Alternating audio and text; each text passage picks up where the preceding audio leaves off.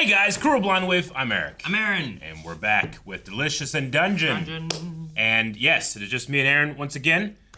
This is what happens whenever we have a huge fan convention that we have to get ready for and prepare for, and then we have a small break after that, and then people get sick, and then we have to catch up. And it happens, Aaron.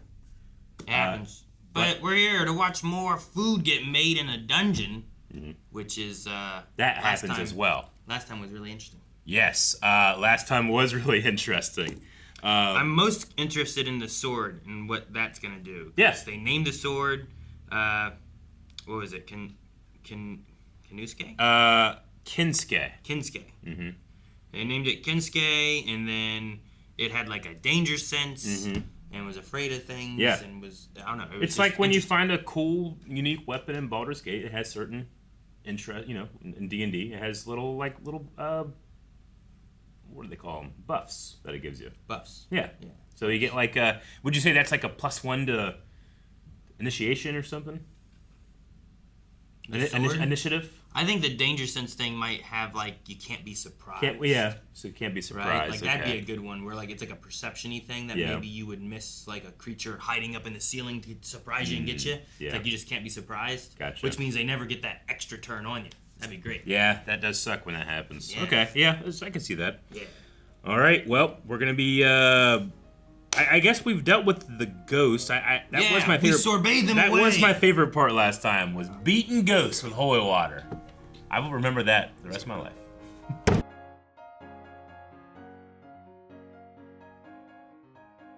All right, so you can't eat food or take anything out of a painting. No.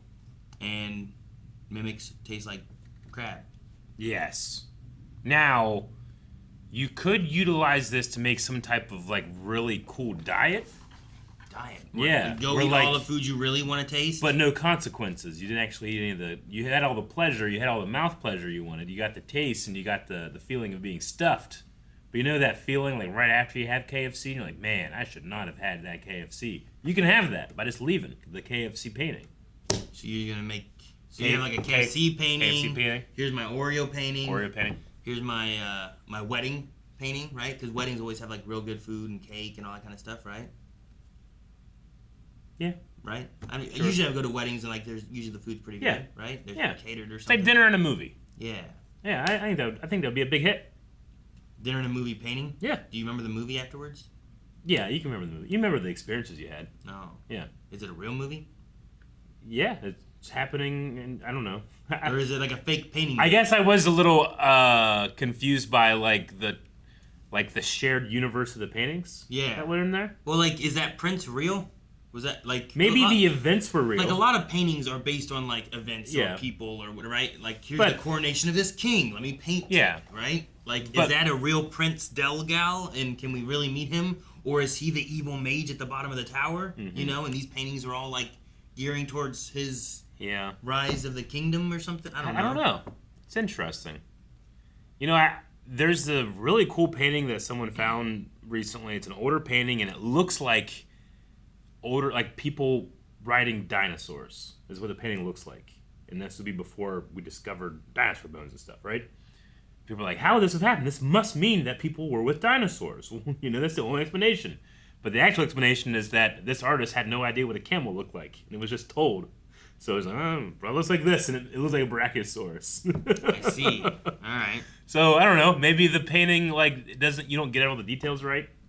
Now, since he couldn't take food out, yeah, you can't take the people out of it, right? No, I don't think so. That was one of my thoughts of what if this person who's in every painting, either A, can come out of it, or B, what if they got sucked into it and they have been stuck in the painting world too?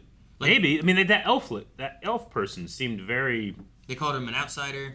Yeah. They were aware of him being in all. I'm actually not satisfied with that yet. If you get sucked into the one when the baby's born, if you don't leave it, can you end up in the later paintings, or are you stuck in this one time? It might be that time doesn't pass inside the painting. But it was.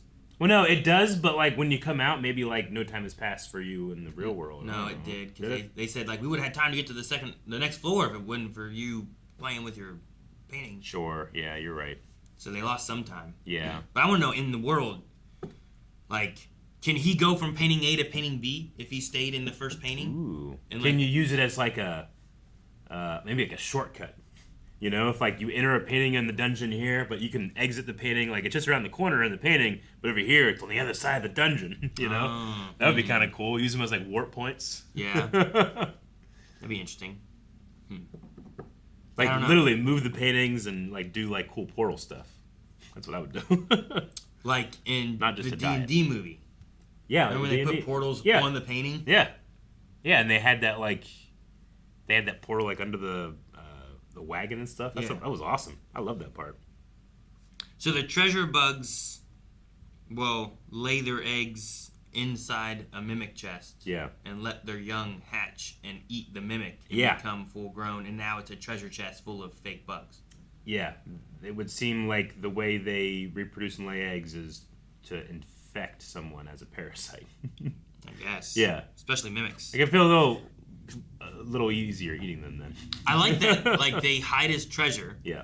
Mimics hide his treasure chests. Mm-hmm. So these bugs go, they eat the things hiding as a treasure chest, and then pretend to be treasure in the chest afterwards. I personally really love the world building in this show of those kind of systems, and even just the hermit crab mimic is cool.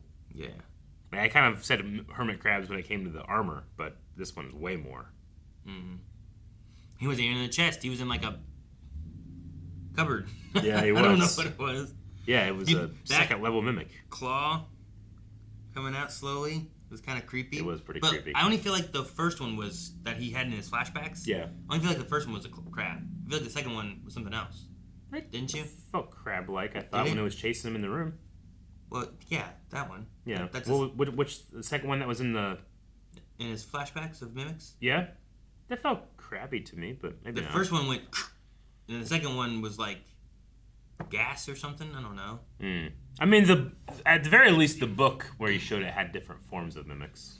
The book did? I believe so. The book. Yeah, there's a book at one point where he's talking about mimics, and he shows the page, and it felt like that had different types of illustrations. It was just his flashback had like the one exploded. Yeah. And I'm like, I don't know what was inside there, but the second one didn't feel like it was a crab. Ready. Okay, there's the explosion one. So there was like crab arm comes out and grabbed him.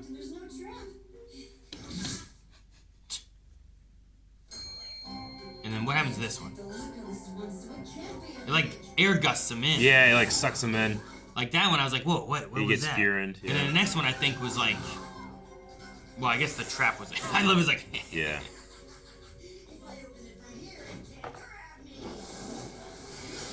But I guess that's just the trap. Yeah, that one's like trapped with like radiant damage.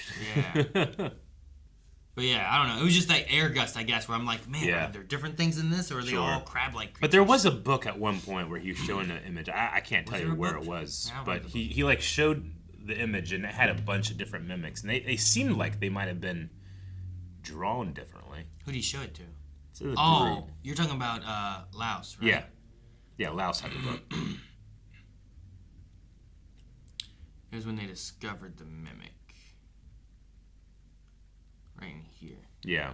What a fine specimen it is. I never cooked one of these before. Can't be too hard. How do you even know it's safe to eat? The book says they're safe. Don't you worry about that. The book here says they aren't poisonous, but they may have poison. Yeah, so I guess it's just maybe the different containers that they're found in. Yeah, because they all look kind of crabby. They do seem pretty crabby. Like that one over there, I guess, seems like the most of the mimic. That one's like in a pot. That one's in like a skull. Yeah. That one's in a cauldron. I don't know what it is. But they all are crabbish. That's an upside down night visor, I think. That's the one we saw at the very end there. The one we saw at the end.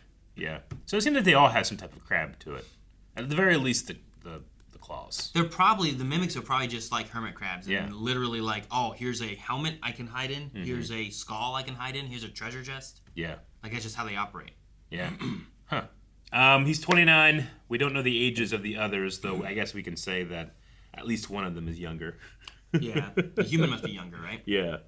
Should I call you sir or whatever he said? Mm-hmm. Okay.